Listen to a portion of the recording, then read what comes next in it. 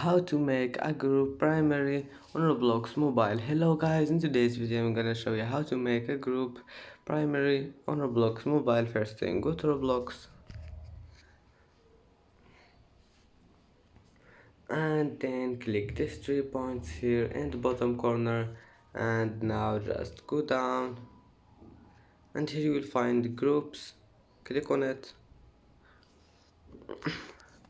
and then click any group you want, and now just click these 3 points here in the top corner, and here you will find make a primary and click yes.